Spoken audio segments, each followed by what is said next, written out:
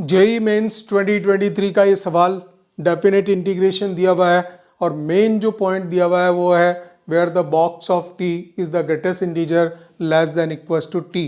तो वो ही यहाँ पे डिफाइन होना था और उसके बाद में सारा काम इजी है। ये आया था सवाल आपका जेई मेंस 2023 30 जनवरी मॉर्निंग सेशन का क्वेश्चन है। ठीक है, मेन चीज बस यहीं पे काम करना था। इसमें यहाँ पे बॉक्स ऑफ एक्स दे रखा है plus box of x cube भी गिवन है, तो देखना होगा कि दोनों को एक साथ डिफाइन करेंगे या अलग अलग डिफाइन करेंगे। ठीक है ना, क्योंकि पहले अगर 1 से 2 में लिमिट दे रखी है तो यहाँ पे आप एक साथ इसको नहीं डिफाइन कर सकते। 1 से 2 में जो वैल्यू है अंदर, जो बॉक्स के अंदर की वैल्यू है वो 1 से 8 तक चली जाएगी। ठीक है, तो इसको 2 स्टेप में काम करना पड़ेगा। पहले हमें डिफाइन करना पड़ेगा बॉक्स ऑफ एक्स को और उसके बाद बॉक्स ऑफ एक्स क्यूब पे वर्कआउट होगा। एक साथ नहीं कर सकते, एक साथ करेंगे तो फिर दिक्कत आएगी। ये डिफाइन होगा और ये वाला अलग अलग डिफाइन होगा। ठीक है, तो देखिए किस तरह से इसको लेना है सवाल को। आप हम ये वाला पार्ट ले लेते हैं, इस पार्ट को अभी छोड़ देते हैं। 1 से 2 ले जाएंगे हम लोग और एक्स स्क्वायर हो गया ई टू द पावर, और 1 से 2 की जो लिमिट है, 1 से 2 की लिमिट है उसमें बॉक्स ऑफ एक्स की वैल्यू सिंपली 1 होती है यहाँ पे। ठीक है, e to the power box of x हो जाएगा 1 से 2 के बीच में, यहाँ 1 आएगा, ई टू द पावर 1 आएगा, इनटू मैं पावर सेपरेट कर रहा हूँ इसकी, e to the power box of x cube. अभी बॉक्स ऑफ एक्स क्यूब को एज इट इज रख रहे हैं, फिर देखते हैं, देखिए आगे स्टेप बढ़ाएंगे हम लोग। तो ये ई को बाहर निकाल दीजिए, कोई प्रॉब्लम नहीं है इसमें। 1 से 2 आ गया, ठीक है, 1 से 2 आ गया and it is X square and E to the power X cube, box of x cube दिया हुआ है, डी एक्स दिया हुआ है। तो एक्स स्क्वायर देने का भी मतलब है यहाँ पे। ठीक है, वो इसलिए क्योंकि एक्स क्यूब को आप टी वगैरह लेट करो यहाँ पे तो वर्कआउट हो जाएगा। तो यहाँ पे लेट कर लेते हैं, let X cube equals to T, जो 3x square D X equals to D T बनेगा। और हमारे पास में एक्स स्क्वायर डी एक्स है, डी टी बाई 3 लिखेंगे तो इसको ई बाई 3 बाहर कर देता हूँ मैं और लिमिट में चेंज आएगा। जब आप लोअर लिमिट प्लेस करेंगे यहाँ पे तो आपको 1 ही मिलने वाला है, और जब अपर लिमिट प्लेस करेंगे तो 2 का क्यूब यहाँ पे 8 आ जाएगा गाइस। ठीक है, और हमने एक्स स्क्वायर डी एक्स को लिखा this is D T by 3, वो 3 मैंने यहाँ शिफ्ट कर दिया।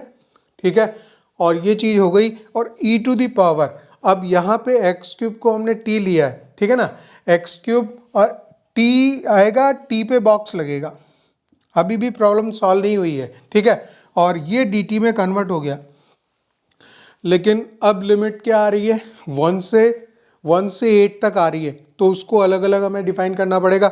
वो देखिए कैसे होगा, जब आप ई बाई 3 लिखोगे और इसके जो है अलग अलग इंटीग्रेशन हो गए, 1 से 2 जाएगा, 2 से 3 जाएगा, 3 से 4, 4 से लास्ट में 7 to 8 तक जाएगा।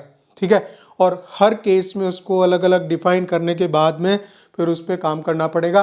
कैसे, जैसे आप 1 से 2 लोगे, जब 1 से 2 लोगे तो यहाँ पे 1 आएगा, ई आएगा सिंपली। ठीक है, तो ये ई डी एक्स बनेगा, ई डी टी बनेगा। ठीक है, प्लस जब ये 2 से 3 जाएगा तो यहाँ पे 2 से 3 में ये ई स्क्वायर आएगा डी टी। ठीक है, अच्छा मैं इसके बाद में लास्ट वाला लिख देता हूँ। लास्ट वाला क्या आएगा, लास्ट वाला आएगा 7 to 8, 7 to 8 आएगा और उसमें वैल्यू बनेगी e to the power 7 d t. चलिए ये सारे हो गए। ठीक है, लेकिन अब एक चीज़ देखें आप कि इनको लिखेंगे कैसे। इसमें ई कांस्टेंट है वो बाहर आएगा और डी टी का टी बनेगा।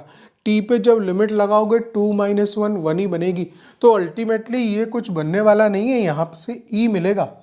हम बात कर लें यहाँ पे, ये ई स्क्वायर तो बाहर है, ई स्क्वायर बाहर है, और यहाँ डी टी का जब इंटीग्रल होगा तो टी आएगा।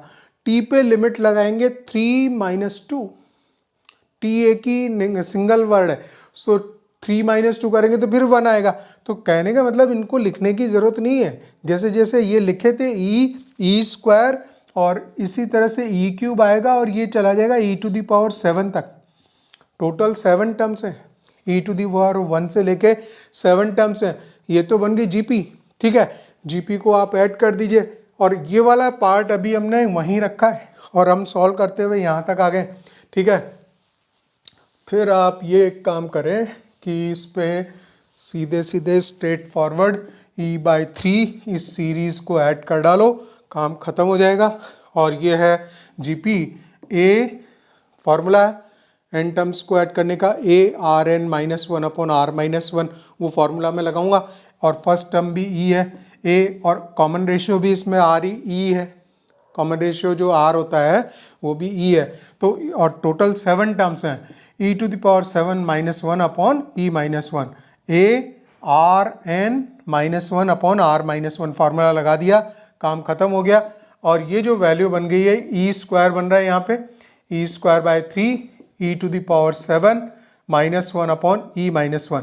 सो जो फाइनल आंसर है, फाइनल में उतना पार्ट और मल्टीप्लाई करना पड़ेगा।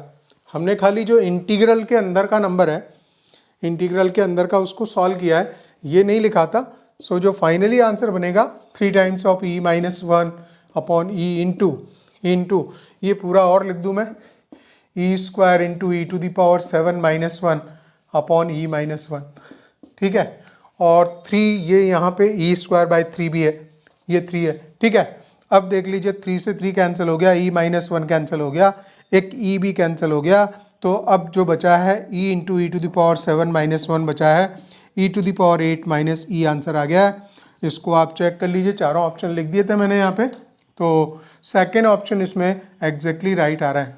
हमेशा ध्यान रखें गाइस, जब भी आप JEE मेंस एग्ज़ाम देते हैं, कितना भी आपको बहुत क्लियरिटी भी आ रही है तो भी यहाँ से आंसर कॉपी करेंगे, और जब पूरा सॉल्यूशन बना चुके हो तो यहाँ से कॉपी करेंगे, देखेंगे पूरी तरह से भर के, और उसके बाद देखेंगे कौन सा ऑप्शन जा रहा है।